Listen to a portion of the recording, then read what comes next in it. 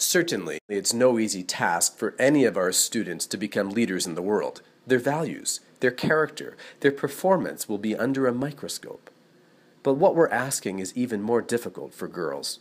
Consider the fact that of the 197 self-governing countries, 11% have female heads of state. Or that in 2012, just 17% of all the available board seats on Fortune 500 companies in America were filled by women. Or that statistics suggest that women will be paid 20% less in the marketplace for doing the exact same job as a man. What do we do in the face of such structural discrimination to prepare our female students to lead? This month's Edge features the work of gcLi graduate Dr. Heidi Kasevich and the groundbreaking work that she has been doing at Nightingale-Bamford School to answer this question.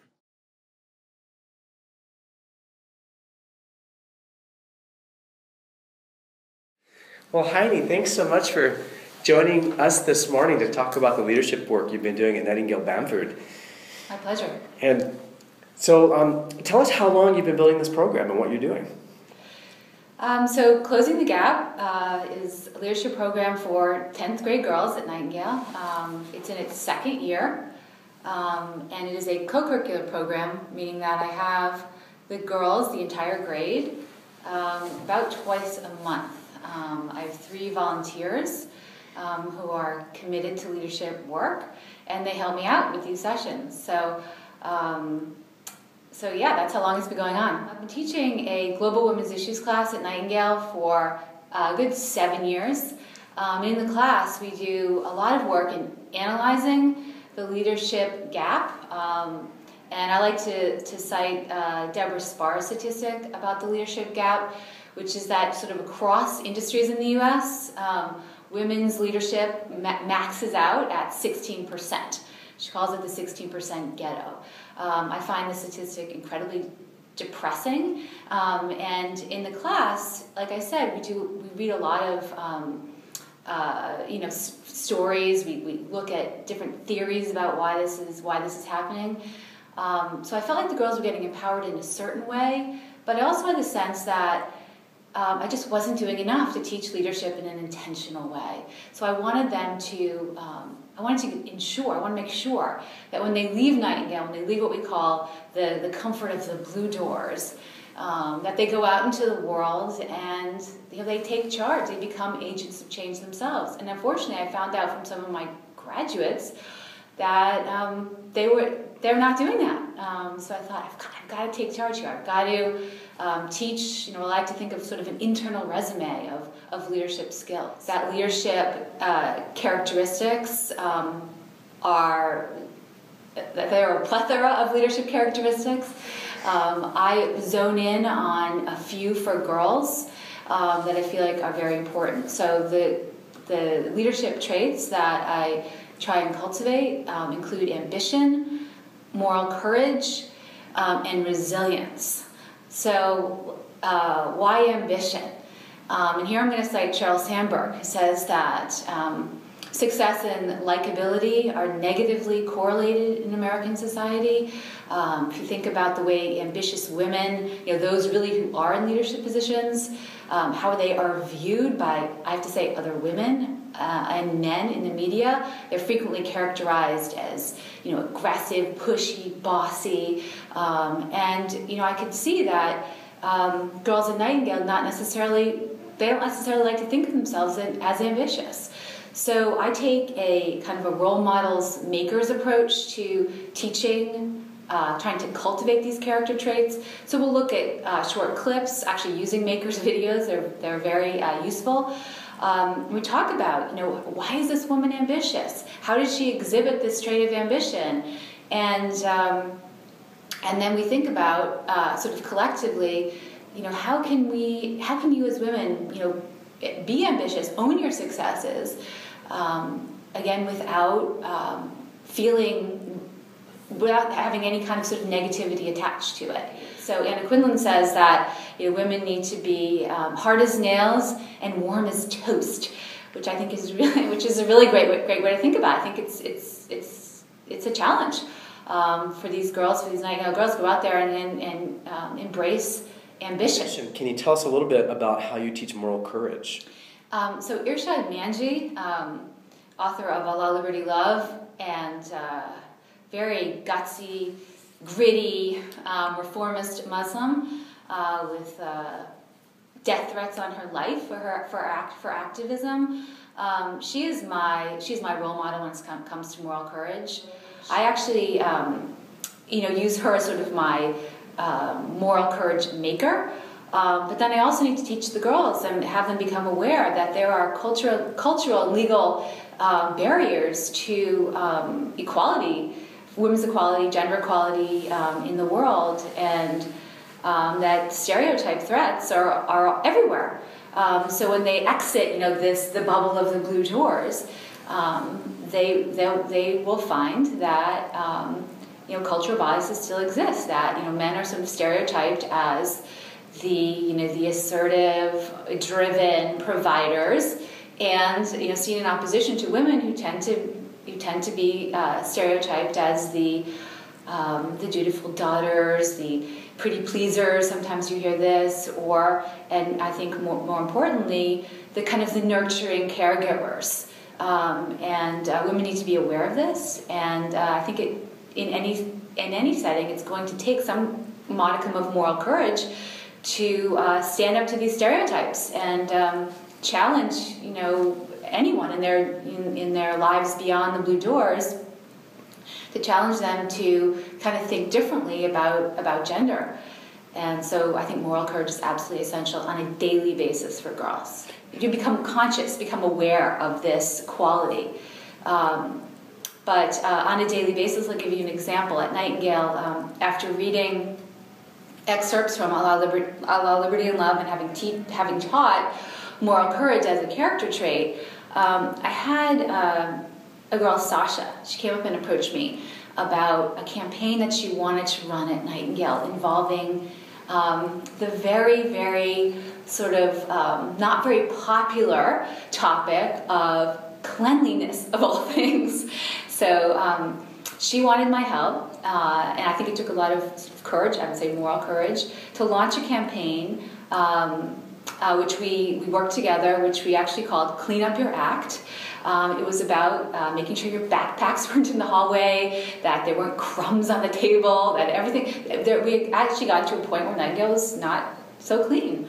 And I think she was inspired, by learning about moral courage, to really get on stage and basically tell her peers, we need to really take care of our environment, and this matters. I mean, I remember when she first came to me, she was really nervous. No one's going to like me for, talking about how they don't clean up after themselves. Because it sounds like the way you teach it is you elevate the issues. So we're talking about moral courage. You give huge worldly examples, and then it comes down to the simple mundane. But because it's tied into this bigger issue and this bigger question, it actually opens up possibilities that wouldn't have been there if you hadn't had the big conversation.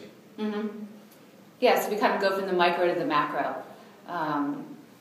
the political to the personal, all the time.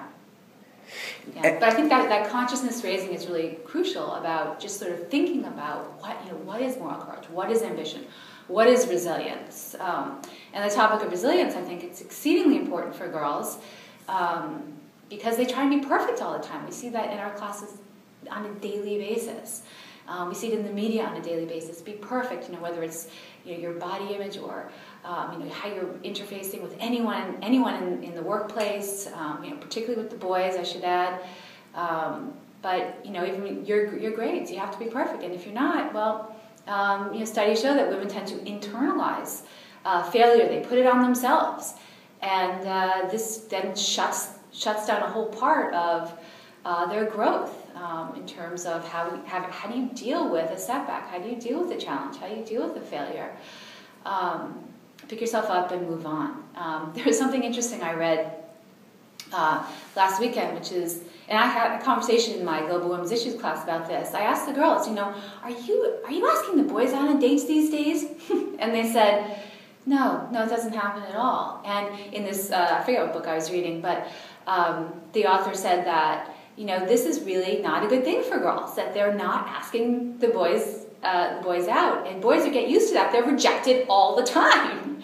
And women just don't have that experience with rejection. So, having these putting these two things together, I tend to sometimes have a little tip of the day when I teach. So my tip of the day for that class was, girls, come on, ask the boys out, or ask the girls out, whoever you want to ask out, get rejected.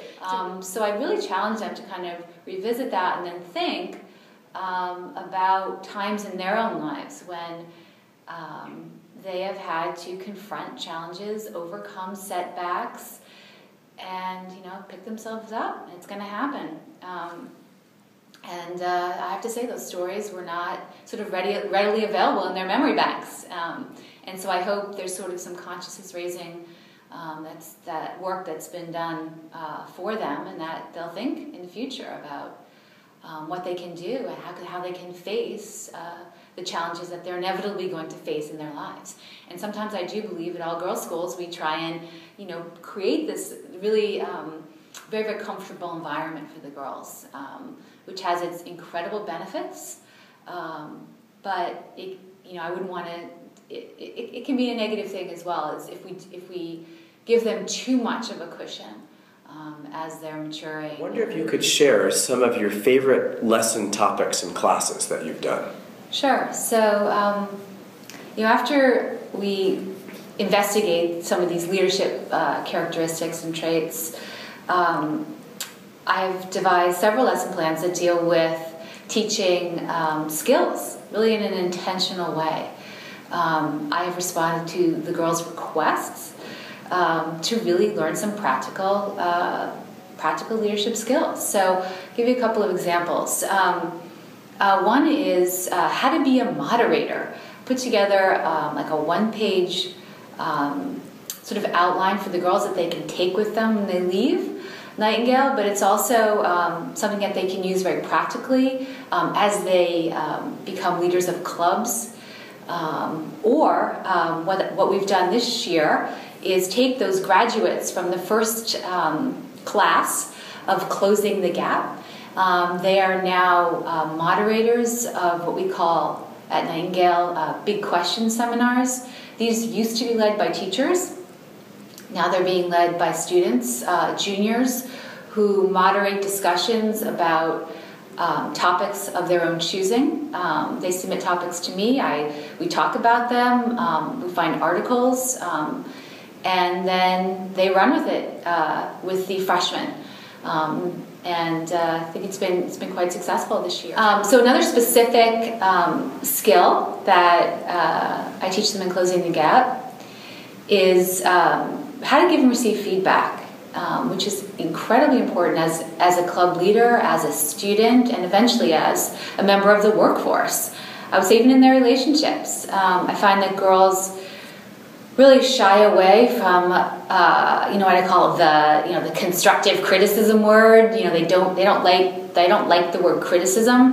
I have found that it's just better to talk in general about feedback, or if you're going to say criticism, say constructive criticism. The girls don't really like to, if they're a leader of a club, they don't like to criticize and I often find that my editor-in-chief has a lot of complaints about her writers. They're not submitting their articles on time. The articles lack footnotes, a whole host of issues. And the approach that the editor-in-chiefs have taken over the years is to come to me and complain behind the girls' back, and then have absolutely really nothing to say to the writers. The expectation is that I'll speak to the writers. And so, armed with this information, I felt like I have to teach them how to give and receive feedback. How do you approach then that writer who needs a tap on the back, who needs to really toe the line for the group? You're letting the group down, and here are our standards if you want to be a writer for the magazine. So we talk in Closing the Gap about when to give feedback. The timing is crucial. How to say it so you're not offending the individual. Kind of needs to hear this information. And so how you use I statements. So this is really crucial. And another part I think that's very important about giving and receiving feedback is actually receiving it. The girls are really, I find them a little bit afraid to hear from, whether it's from their peers or from their teachers. This is what you sound like, or this is the lessons that I think you could learn as well. So I really want to teach girls to ask adults, ask their peers, how am I doing? It's not a terrible thing to hear, well, I think you've done this well, but I think you could work on this. We start with self-awareness and personality, the Kiersey personality temperament test. And a really key aspect of the temperament test is identifying, what are my strengths, what are my talents, but on the other hand, how am I viewed by others, what are my challenges, and what challenges can I work on throughout the course of my life that will make me a more effective leader. So one of the other skills that is sort of new this year is teaching girls how to negotiate. We were fortunate enough to have Mika Brzezinski come to speak at Nightingale of Morning Joe, and she's written a book that I think is incredibly important for girls to read, called Knowing Your Value. And in it she gives a lot of tips about how to negotiate. We know that women just don't negotiate their salaries. And we know there's a huge pay equity issue in America today, which is, women earn 77 cents to every dollar a man earns. How are we going to close the wage gap? And obviously negotiating is part of the solution. So I've devised, again, sort of an intentional lesson about how to approach negotiation. I emphasize, walking in there and knowing what your value is, having kind of a list of your achievements, and also kind of knowing the market value of your work. Studies also show women get exceedingly emotional, overly emotional in the process, even breaking down in tears. Not necessarily a great approach when you want to, again, meet your employer halfway and make a case for why you deserve, why it's fair. Heidi, any last words for us about developing leadership in girls and women? Well, I would say that you need to head off to Colorado Springs in June and attend gcLi. I really believe that gcLi did give me my wings when it came to thinking about, practically speaking, how to turn this passion of closing the leadership gap into a reality.